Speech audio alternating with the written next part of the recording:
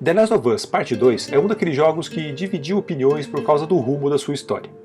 Nem todo mundo comprou a jornada de vingança de Ellie por causa da virada que a personagem deu em relação ao primeiro jogo. Teve gente também que não conseguiu se conectar a Abby, a outra protagonista. A principal crítica são as motivações de cada uma delas. Só que, para entender a jornada e as transformações de Ellie e Abby, a gente precisa olhar para outros personagens e entender principalmente a imagem do pai dentro dessa história. Afinal, o que ela representa e como impacta a narrativa em The Last of Us 2? Pois é isso que eu quero te mostrar. Então, seja bem-vindo. Eu sou o Durval Ramos e este é o Deus Ex Fabula.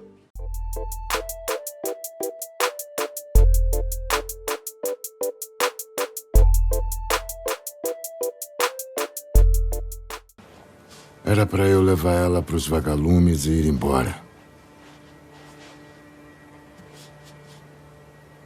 Você atravessa meio país com a pessoa.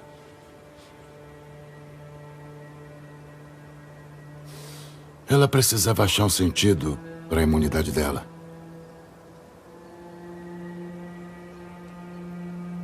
Acho que eu estava começando a acreditar nessa história de cura. Ou então eu só queria ajudar ela.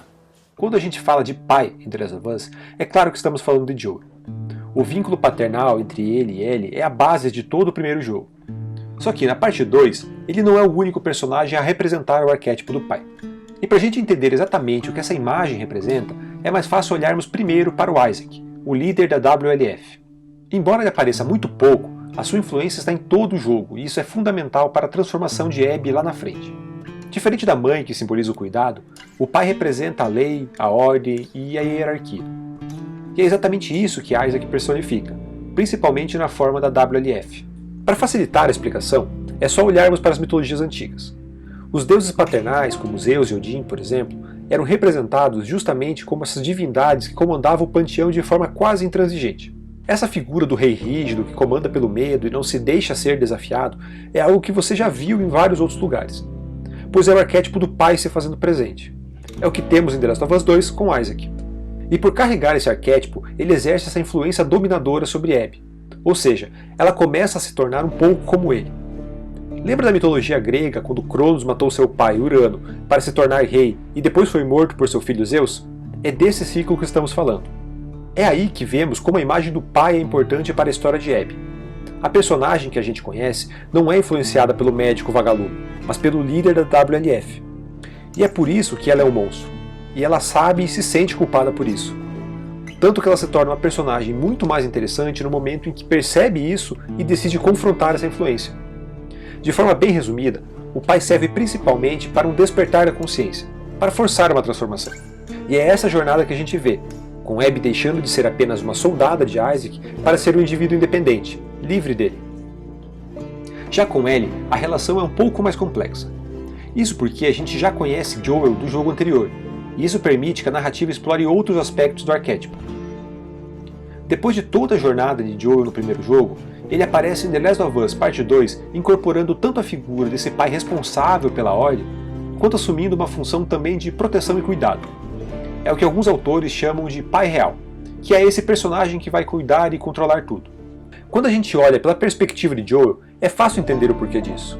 Ele se sente responsável por Ellie depois de tudo o que aconteceu e se torna super protetor para não a perder como aconteceu com Sarah.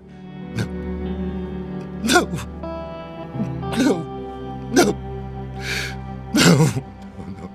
Por favor! Meu Deus! O problema é que Ellie ainda vê Joel como esse pai arquetípico, uma pessoa controladora, detentora da lei e da ordem. Afinal, foi ele quem definiu que ela ia viver e tirou dela a opção de decidir sobre a cura. É aí que ela confronta esse pai e se afasta. E como isso influencia a narrativa? Bem, logo depois dessa ruptura, Joel é morto, e a transformação de Ellie acontece com base na culpa e no ódio. É a partir disso que a gente vê essa descida da personagem até o ponto em que ela praticamente vira a vilã do jogo. Quase como se tivesse se transformado naquilo que havia de pior no próprio Joel. Então, tanto Ellie quanto Abby seguem uma jornada de ódio e violência que começa justamente a partir da influência da imagem do pai sobre elas. Assim, entender como essa figura aparece dentro da história ajuda a explicar não só a reação das personagens, mas também a nossa conexão com elas. Ou no mínimo, por que você gostou ou não do jogo. Então é isso, se você curtiu esse vídeo, dê um like, se inscreva no canal, comente aqui embaixo e principalmente compartilhe. E nos vemos no próximo Deus Ex Fabula.